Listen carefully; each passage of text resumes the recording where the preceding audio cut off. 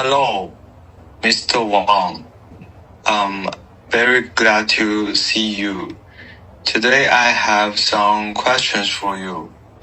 The first one is, what is your education background? Well, I am a native of Shanghai, and I hold a bachelor degree during my undergraduate studies. I focus on majoring in business administration, which laid a solid foundation for my later career in management and entrepreneurship. I have always believed that academic knowledge is a basic support, but practical experience and the courage to try are more important for personal growth. This concept also guided me to take many bold steps in the later stages of my life and work.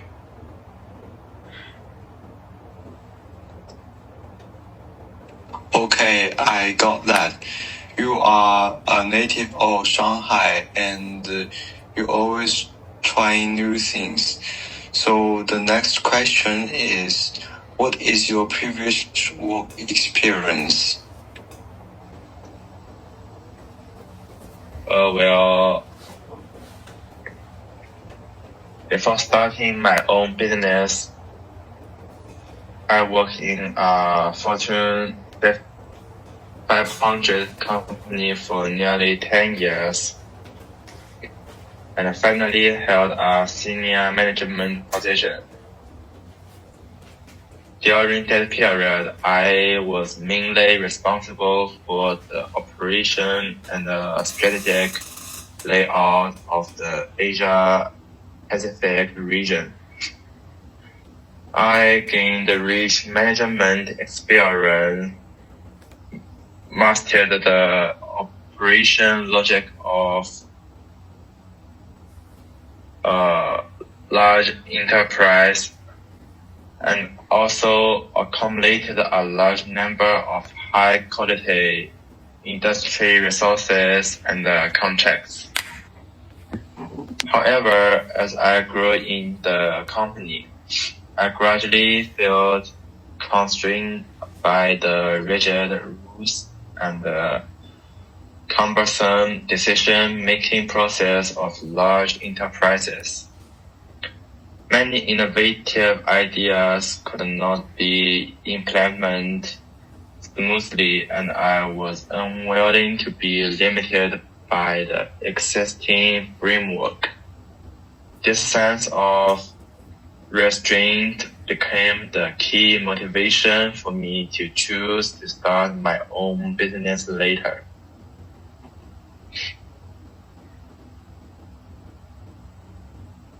Okay, the third question is, did you have any role models when you growing up?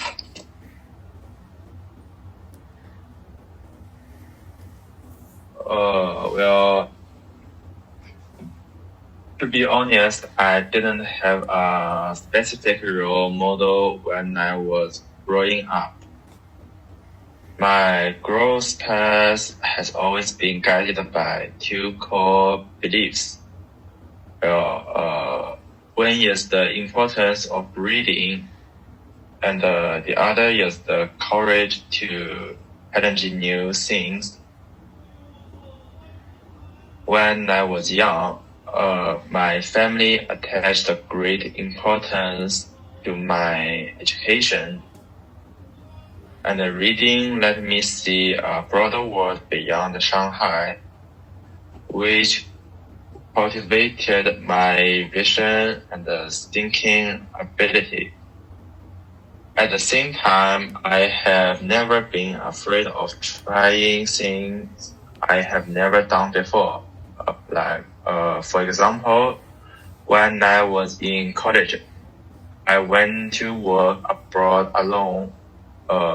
That experience not only emphasized my independence and adaptability, but also made me realize that only by breaking through my comfort zone can I gain more growth. These two beliefs have always accompanied me, more like invisible role models guiding me forward.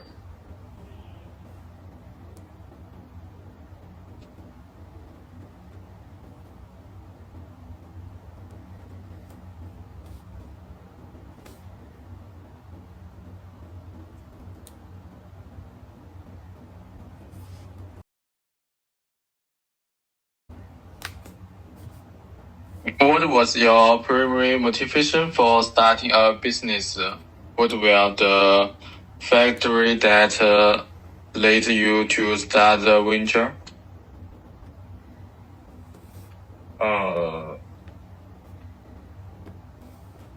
In my opinion, the primary reason was my desire to do something on my own. Well, having already worked in this area for several years, I understood quite well what issues were frequently discussed by customers who left bad reviews about particular products and service. Thus, I understood that the lack of flexibility and the too long response time were some of the most common issues. Which is why I decided to try myself at providing a good quality service. Well, the second reason that can be considered when discussing what made me start a business was that I desired having an influence on my work and future opportunities. I wanted to stop being a passive employee who simply followed orders from their superiors all the time. Of course, making money was also important for me, but initially, I just want to test my own ideas on the market.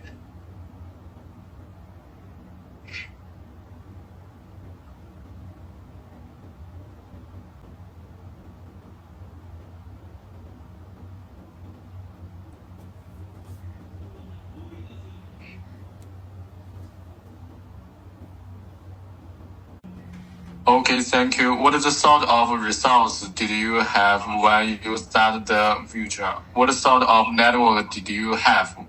Were there any especially creative things you did to come up with the needed results?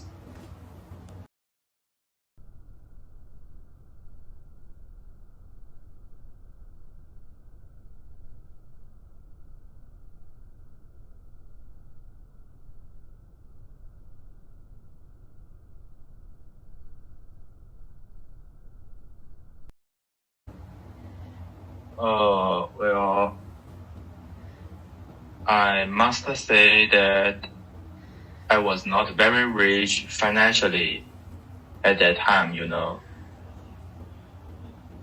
Therefore, it took me some time to become more cautious about my spending habits.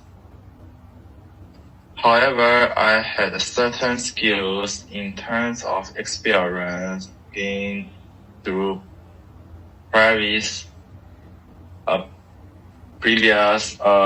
employment, as well as knowledge of what the customers need. This made the process much easier, since I could apply everything I learned before, Well, regarding the network of connections I used, I consisted mostly of people I knew before. My ex-co-workers, suppliers, as well as early customers who agreed to become my partners. Some offered me tips, while others just helped me find useful content. Due to the lack of budget, I often did many other tasks personally. For instance, contacted clients, performed marketing operations, negotiated with suppliers.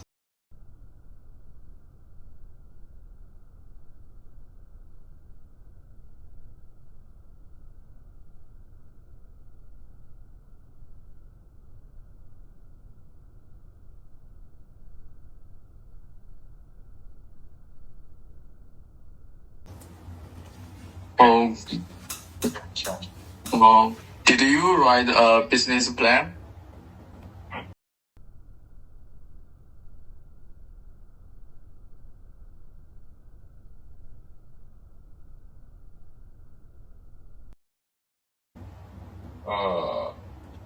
Well, certainly, I have made a business plan, of course.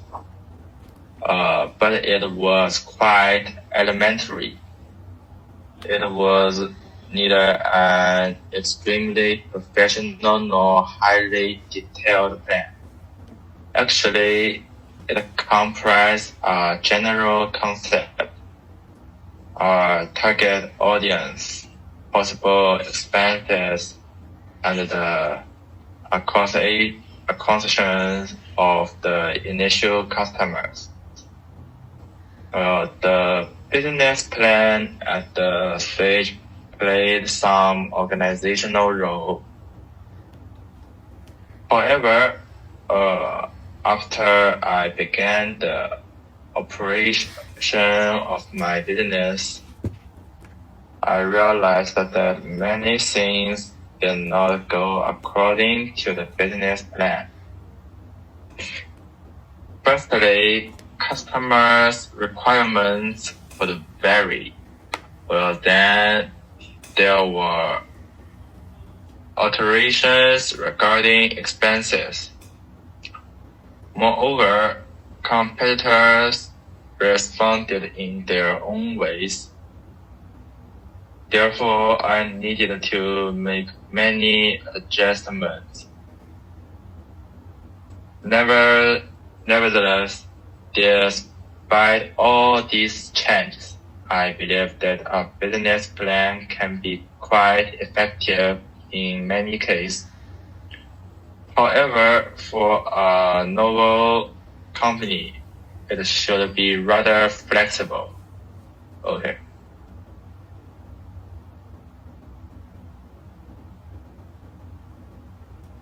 Okay. Well, thank you, Mr. Wang, to answer our questions. And as far as I know, you had already worked in a company for 10 years before starting your own business. And now you have your own company, the German International Trading Company, to sell the pigs, to sell the meat to the outside. So I want to ask is, what's your goals and your values changed just during this period? Just when you started your venture. Well, when we first started, honestly, my only goal was to survive, like literally keep the company alive. We were just 3 people, Well, we had no big plan. Well, we saw a chance to sell pork to other countries. And we thought, well, okay, let's just do it, The value back then, very simple. Get the product out, don't get scammed, make some money, that's it. But then, after maybe 2 years, things started to change because pork is not like selling toys or clothes. One day there's a disease outbreak. Next day, a country closes its border. We once had a container stuck in the Philippines for 3 weeks, The customer didn't want it anymore. So we lost like $20,000. Well, I remember sitting in my office thinking, this is not sustainable. So my goal slowly shifted from making money fast to build something that lasts. I stopped thinking like a trader and started thinking like a partner. We started caring about things like certifications, understanding local laws, helping our customers actually sell the meat, not just ship it. Our values changed from customer is king to more like let's both win long term.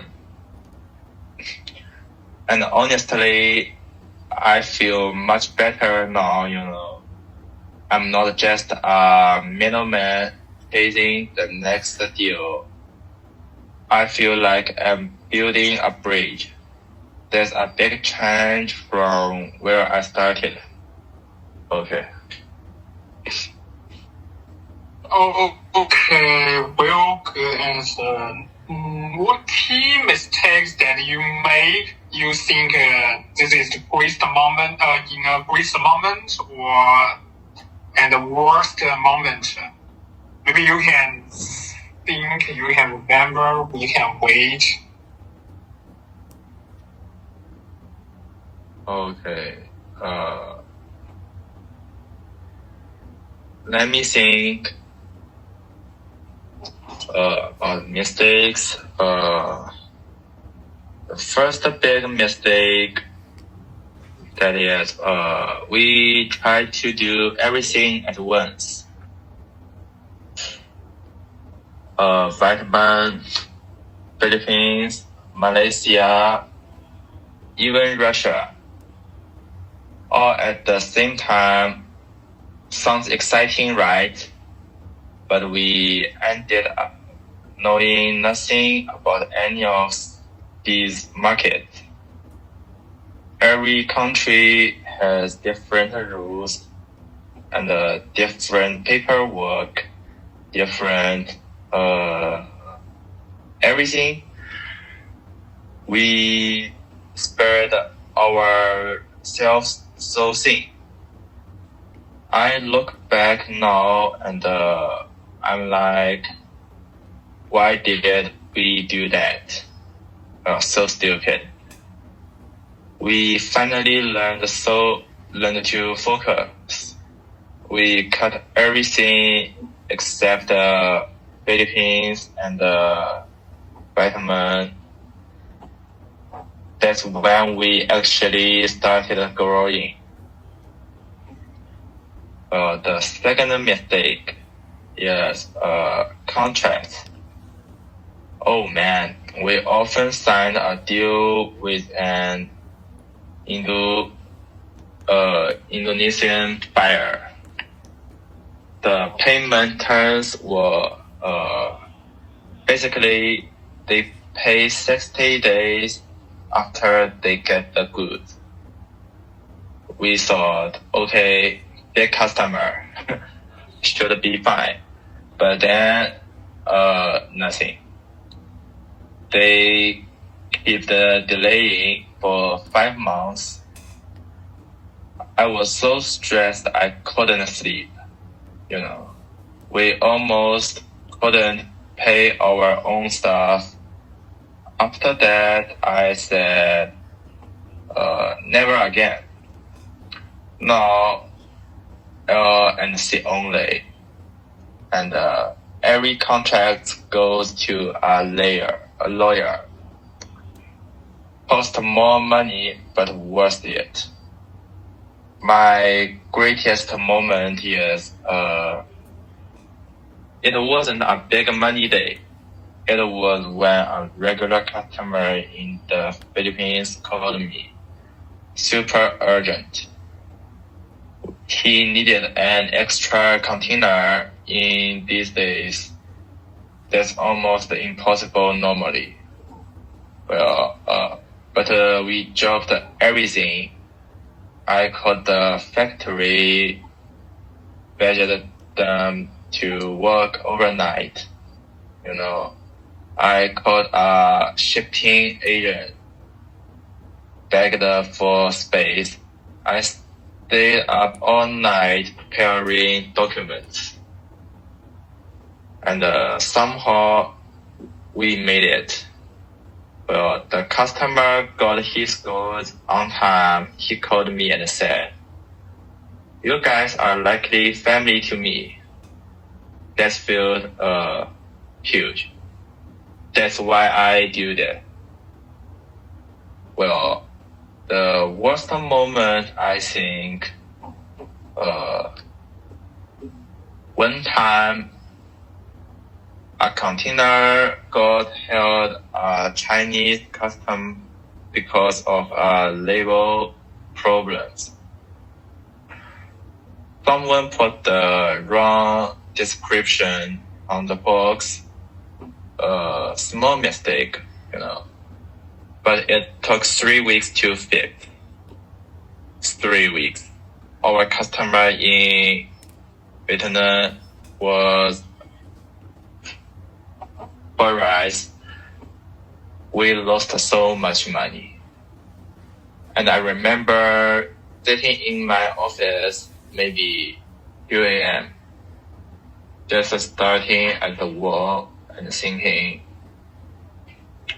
maybe I'm not cut out for this. Maybe I should just quit. That was really, really low. That's all. So I still have questions just about where there are some critical points in the development of the venture, when the venture almost failed, or when you found yourself at a critical crossroads in terms of some vital decision or issues that had to be addressed in a certain way, or the venture would have failed. So, what do you think about whether you have made the similar things like this situation?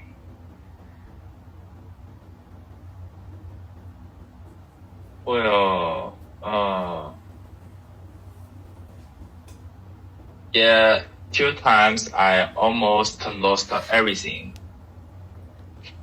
The first time, I think we had just shipped a big order to Vietnam, and right after the ship left, which banned pork imports from China.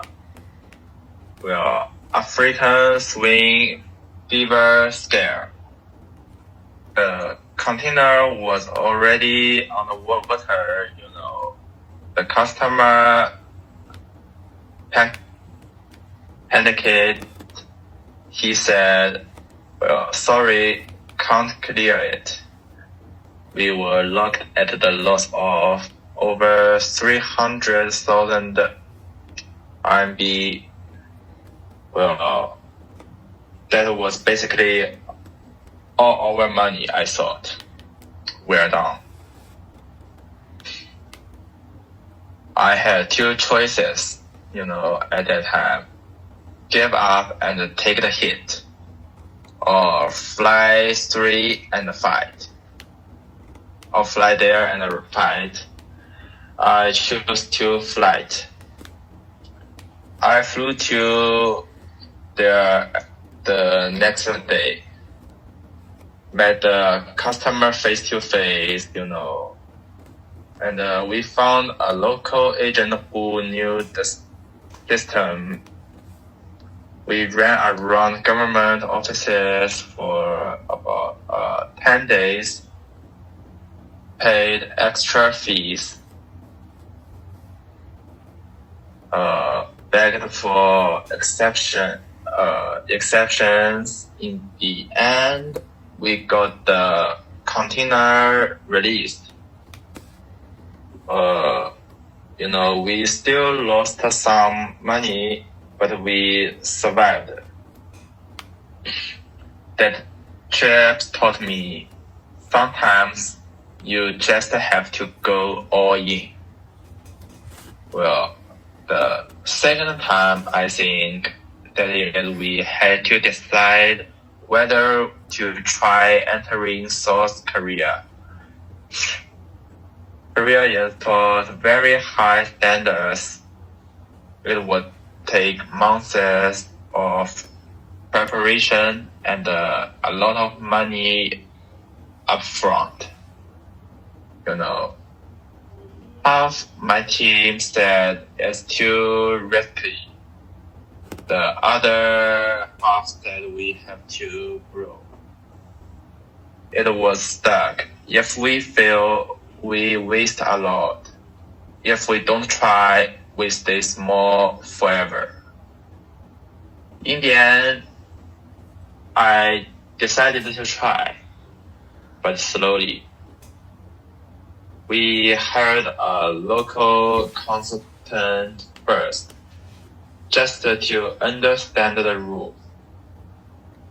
Then we did one tiny test shipment. It took 8 months. 8 months, but eventually we got our first order. That decision to go step by step instead of jumping in blind or giving up. That was critical. If we had jumped in with a big investment, we might have failed, If we had done nothing, we'd still be small. So yeah, that was the crossroads. So yeah, we almost failed more than once, But we made it somehow.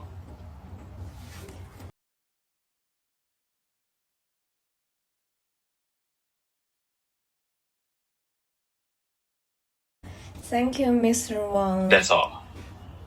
Finally, we still have some questions about the future development of the enterprise to ask you. So what would you do differently if you had it all to do over again? Well, let me think. If I could start over, I think I would concentrate earlier. At first, we tried to enter too many markets at the same time. The Philippines, Malaysia, and even Russia. It sounds ambitious, but to be honest, we don't go deep enough into any market. We wasted a lot of time, energy, and money. In retrospect, I will choose 1 or 2 markets first to lay a solid foundation before expanding. I will also be more careful about contracts and payment terms. In the early stage, we trust some customers too easily, which puts serious cash flow pressure on us. Now I understand that protecting the company is an important asset. At the same time, I know I didn't completely regret those mistakes. They are painful, but they force me to grow up quickly and think more strategically as an entrepreneur.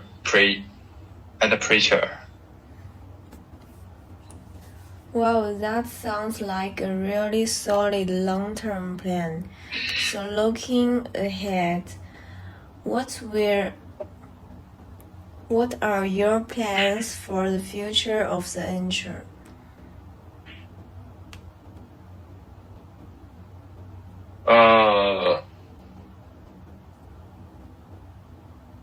For the future, my goal is not only to become bigger,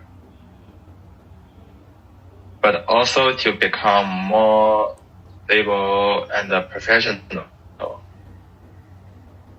In the past, we mainly focused on export products, but now we hope to establish a strong long-term partnership with overseas customers.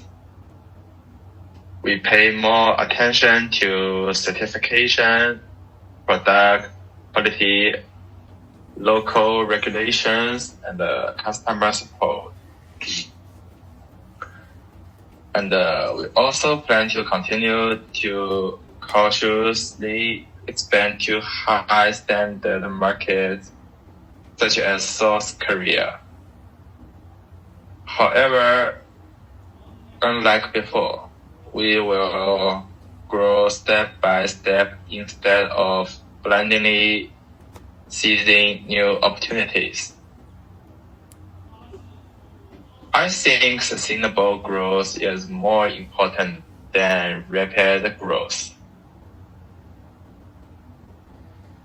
At the same time, I hope to build a stronger internal team and create a company that can operate systematically, not just rely on a few people to work day and night.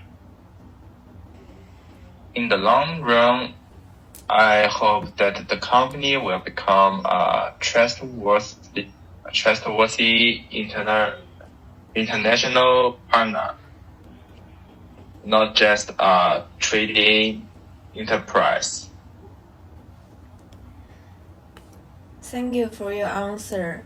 So last question, what is your exit strategy, or do you not have one? Well, about this question, to be honest, I don't have a very clear exit strategy now. At this stage, I still feel deeply involved in this business, and I like to build it.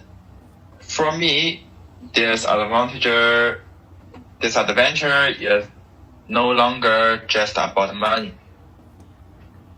This is what I have invested a lot of time, pressure, and personal growth. Of course, in the future, I may consider introduction, professional managers or partners to help run the company more independently. If the business becomes stable enough, I may take a step back from daily operations and focus more on strategy or mentoring young entrepreneurs. But now my main focus is still to strengthen the company and create something that can last for a long time. That's all. Okay, that's all for today. Thank you again for taking the time to share your experience with us. It was really meaningful to hear your story, and we have learned a lot from it.